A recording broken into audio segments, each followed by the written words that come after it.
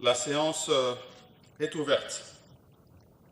Honorables sénatrices, honorables sénateurs et chers collègues, l'ordre du jour de cette séance comporte un seul point, à savoir l'allocution du président du Sénat à l'occasion de l'ouverture de la session ordinaire de septembre 2025.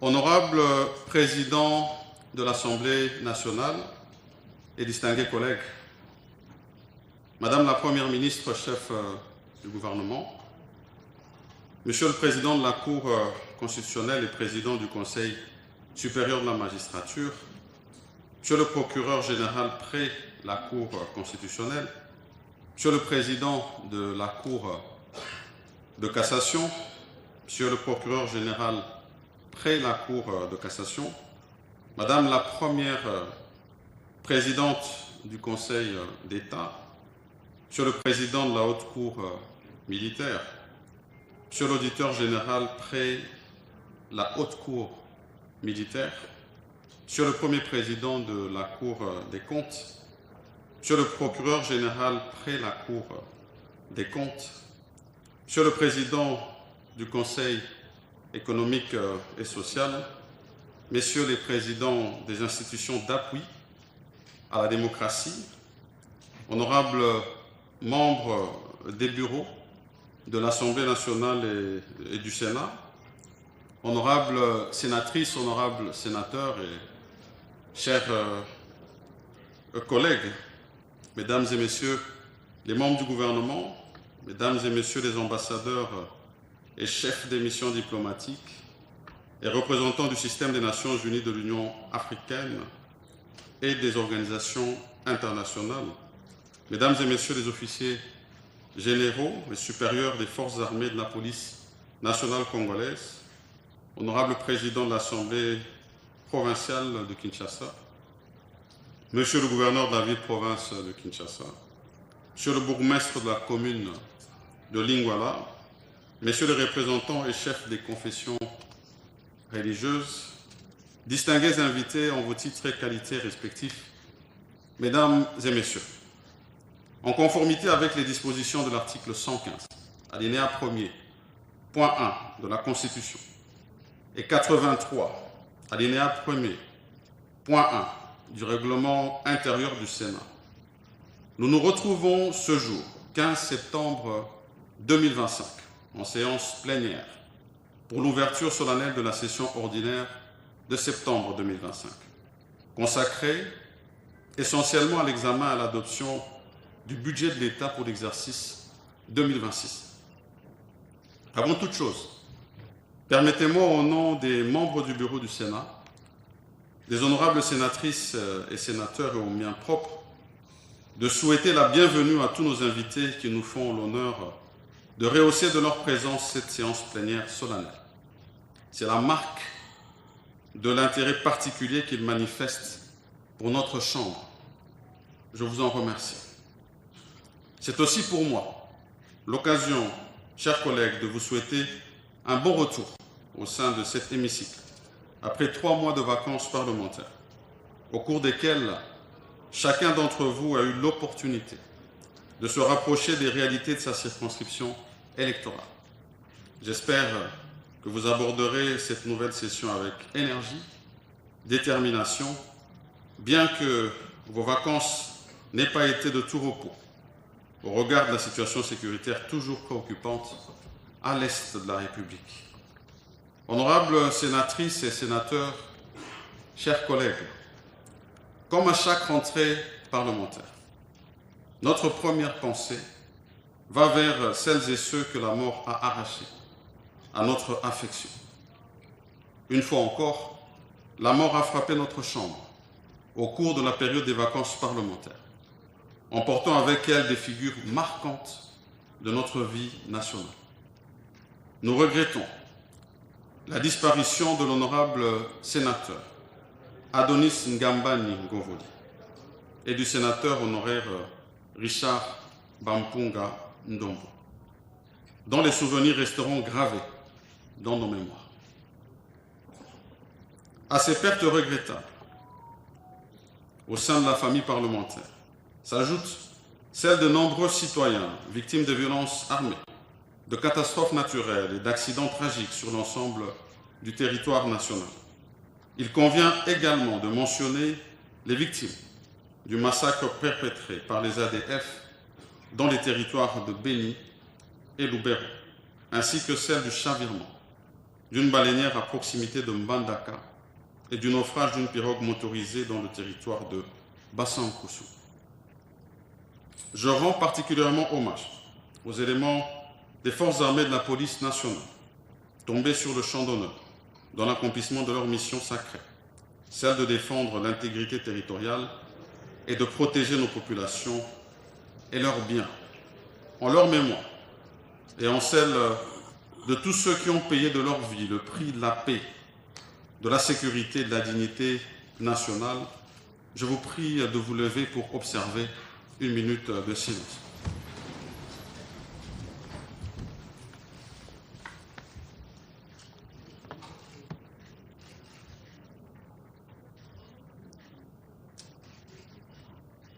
Je vous remercie.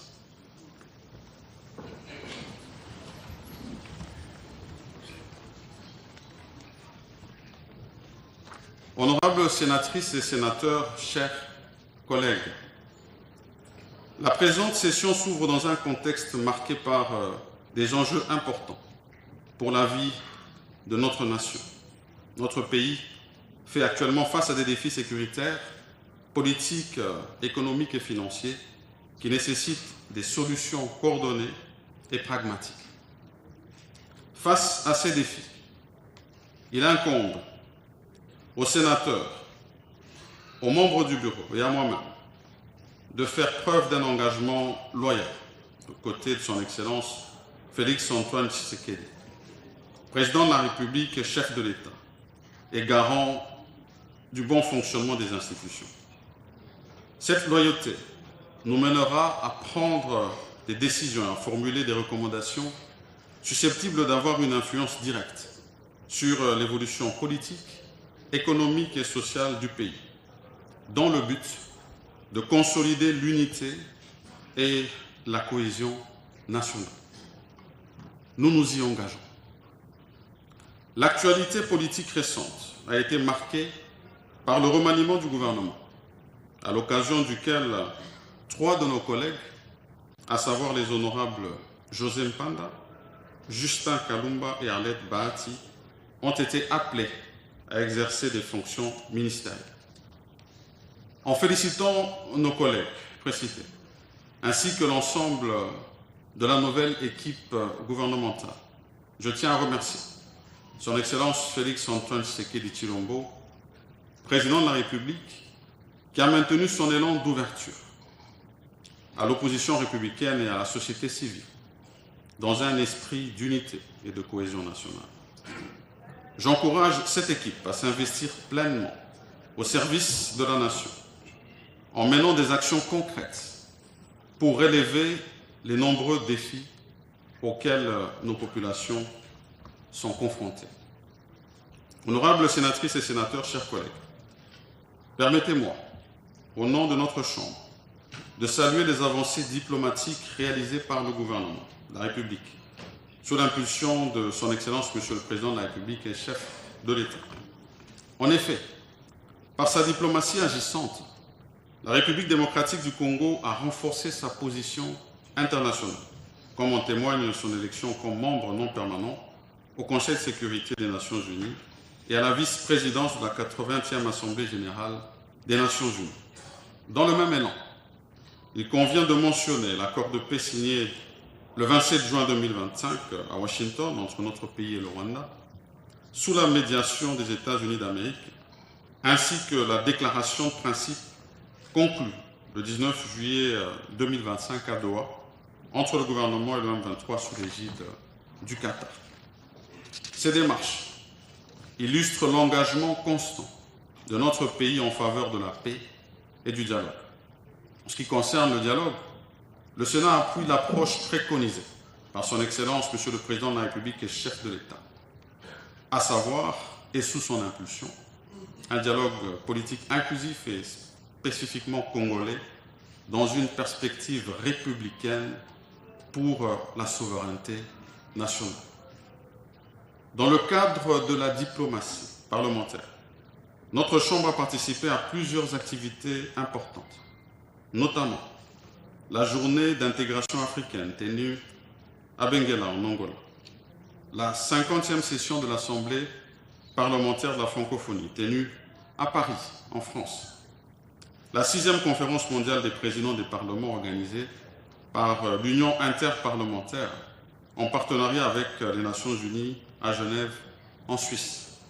Au cours de chacune de ces rencontres, nous avons systématiquement évoqué la situation sécuritaire préoccupante que connaît notre pays depuis plus de 3 décennies, marquée par de nombreuses pertes en vies humaines, des déplacements forcés des populations et le pillage continu de nos ressources naturelles. En marge de la 50e session de l'Assemblée parlementaire de la francophonie, le Sénat de la République démocratique du Congo et le Sénat de la République française ont signé un protocole d'accord de coopération axé sur le renforcement des capacités institutionnelles et l'échange d'expériences.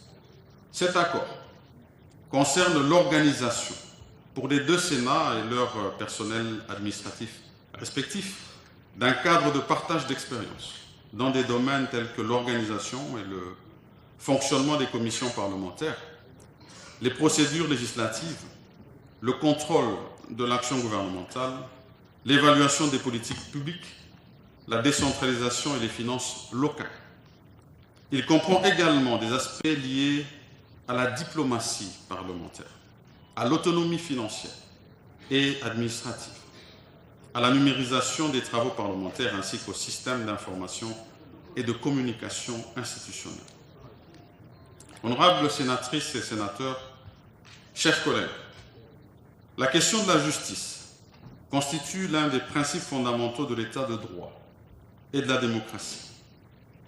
Les réalités judiciaires de l'heure, bien que complexes, sont au cœur de la consolidation de la paix et de la stabilité du développement de notre pays. C'est à ce titre que le Sénat invite le gouvernement à renforcer l'application des lois existantes, afin que celles-ci produisent pleinement leur effet pour lutter contre l'impunité et assurer un accès égal à la justice pour tous.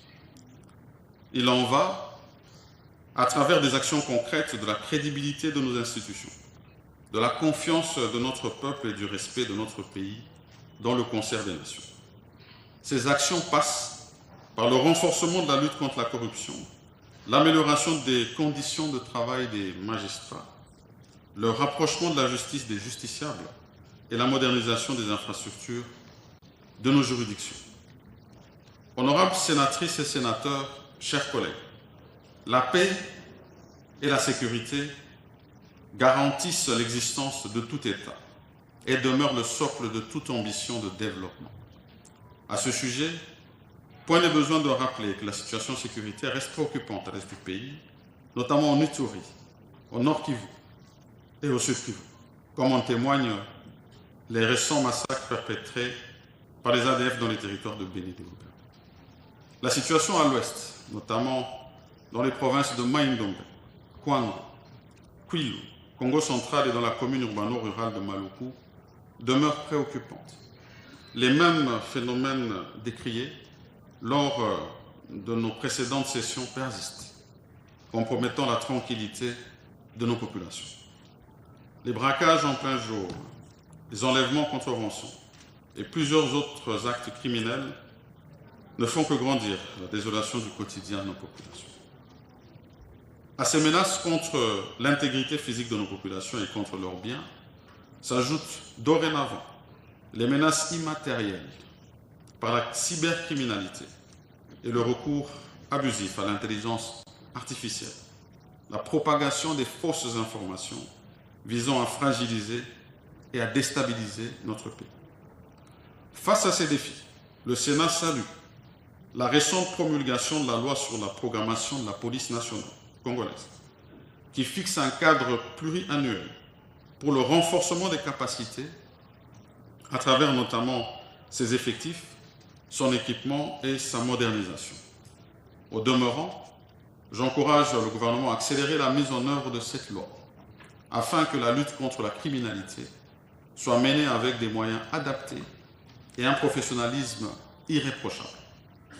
La gestion efficace des frontières nationales représente un enjeu prioritaire. Face aux défis posés par les infiltrations, les trafics illicites et la circulation non réglementée des armes, il est essentiel que les services de l'État responsables de la migration et de l'importation, ainsi que les forces de sécurité, renforcent leur coordination et développent leurs capacités opérationnelles. J'encourage ici l'initiative de doter notre pays des technologies appropriées pour l'observation et la surveillance stratégique de nos frontières, afin de mieux les contrôler et anticiper les menaces. Honorables sénatrices, honorables sénateurs et chers collègues, le Sénat accorde une grande importance au social de la population. En effet, le secteur social a toujours été une référence fondamentale qui oriente le gouvernement dans l'accomplissement de ses missions. Point n'est besoin de rappeler qu'en dépit des efforts fournis, et ce dans un contexte économique mondial difficile, le coût des produits de première nécessité ne cesse d'augmenter, affectant le pouvoir d'achat des ménages. D'autres défis sociaux persistent, avec acuité dans notre vécu quotidien, et appellent du gouvernement des solutions idoines et urgentes, avec notre concours. Notre capitale, ainsi que certaines autres villes, font face à des embouteillages de plus en plus inquiétants et à une grande insalubrité. Ceci affecte la santé de nos populations et impacte négativement la productivité des travailleurs ainsi que le rendement des élèves, des étudiants et tant d'autres personnes. S'agissant de la jeunesse congolaise, qui constitue la majorité de notre population, j'exhorte le gouvernement à continuer à lui accorder plus d'attention et on appelle à un sursaut de responsabilité collective pour son encadrement. Des politiques publiques courageuses peuvent véritablement favoriser son insertion professionnelle et promouvoir son épanouissement.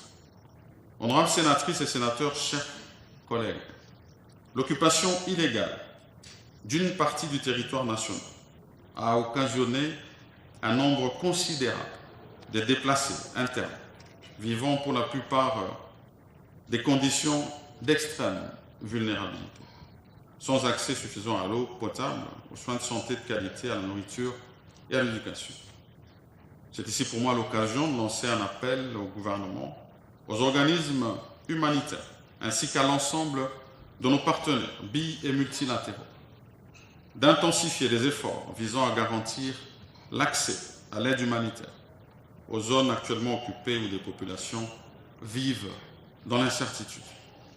Toujours sur ce plan social, je tiens à rappeler que notre pays est confronté à une résurgence inquiétante de plusieurs épidémies, notamment le choléra, la rougeole, l'Ebola et le Mpox, qui continuent de menacer la vie de nos concitoyens. Ces maladies qui peuvent être évitées emportent encore des vies précieuses et fragilisent des familles entières.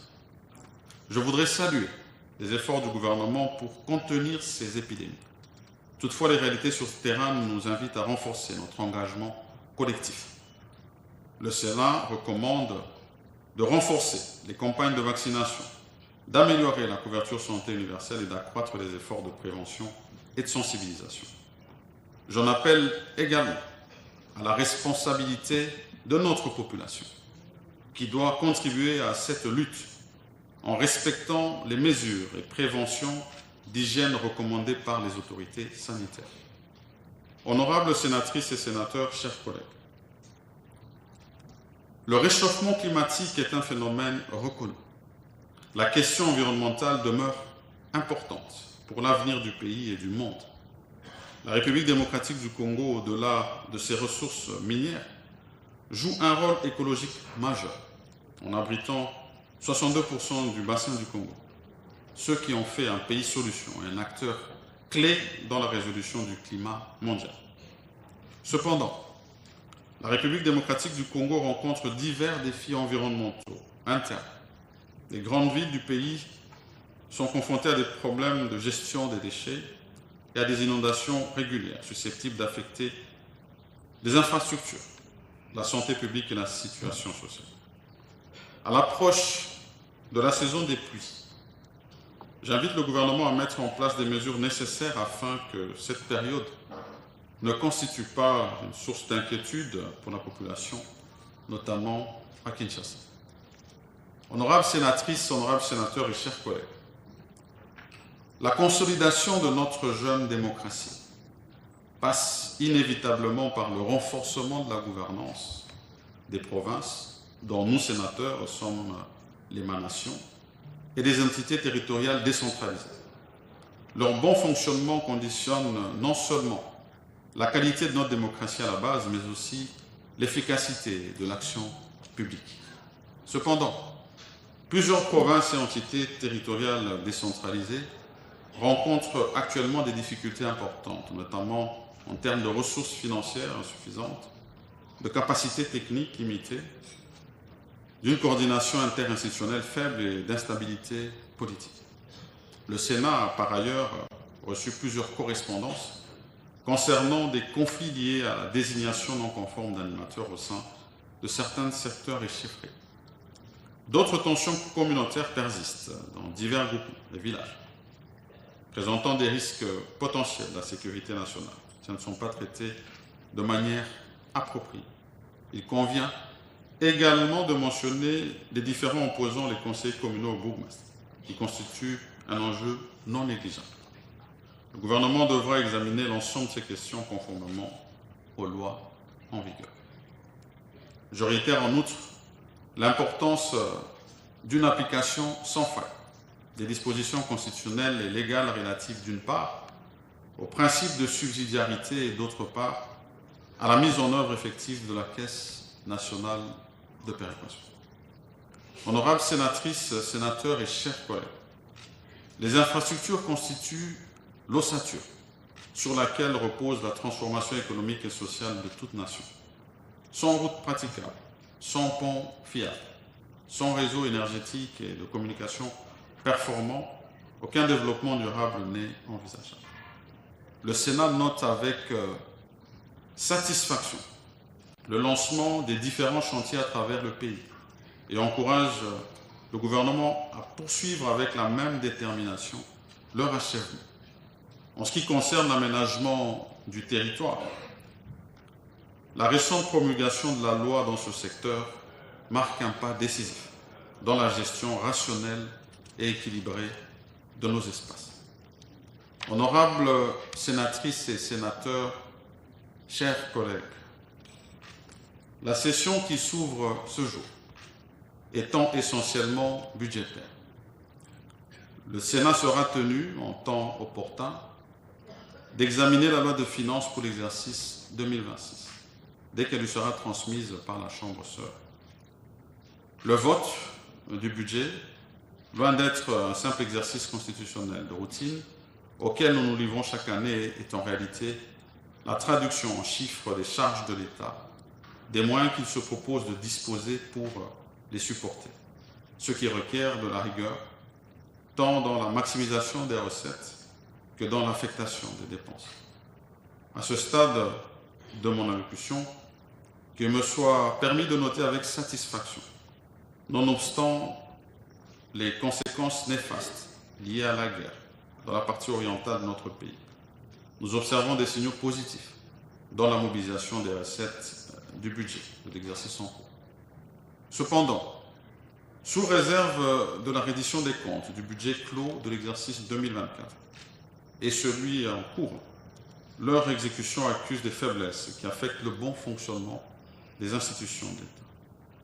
C'est ici l'occasion, chers collègues, de nous exhorter à plus de rigueur dans l'examen du projet de loi de finances de l'exercice 2026 et au suivi de son exécution à travers un contrôle parlementaire républicain. Honorables sénatrices, honorables sénateurs et chers collègues, notre tâche s'annonce ardue et prenante. Nous avons l'obligation de mobiliser toutes nos forces afin de donner une fois de plus le meilleur de nous-mêmes. Avant de clôturer mon propos, je vous invite à déposer vos rapports de vacances parlementaires conformément aux dispositions de l'article 240, alinéa 3 du règlement intérieur. Et sur ce, je déclare ouverte la session ordinaire de septembre 2025. Que Dieu bénisse la République démocratique du Congo et son peuple. Je vous remercie.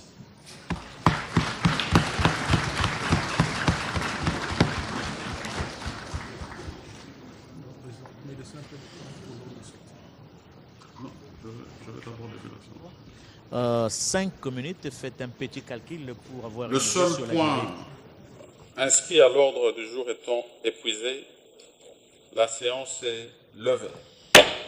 Séance est levée, discours... Distingués invités, mesdames et messieurs, nous vous prions de bien vouloir rester à vos places et de respecter l'ordre de sortie établi afin de permettre aux autres autorités de quitter la salle en toute sérénité et dans le respect du protocole.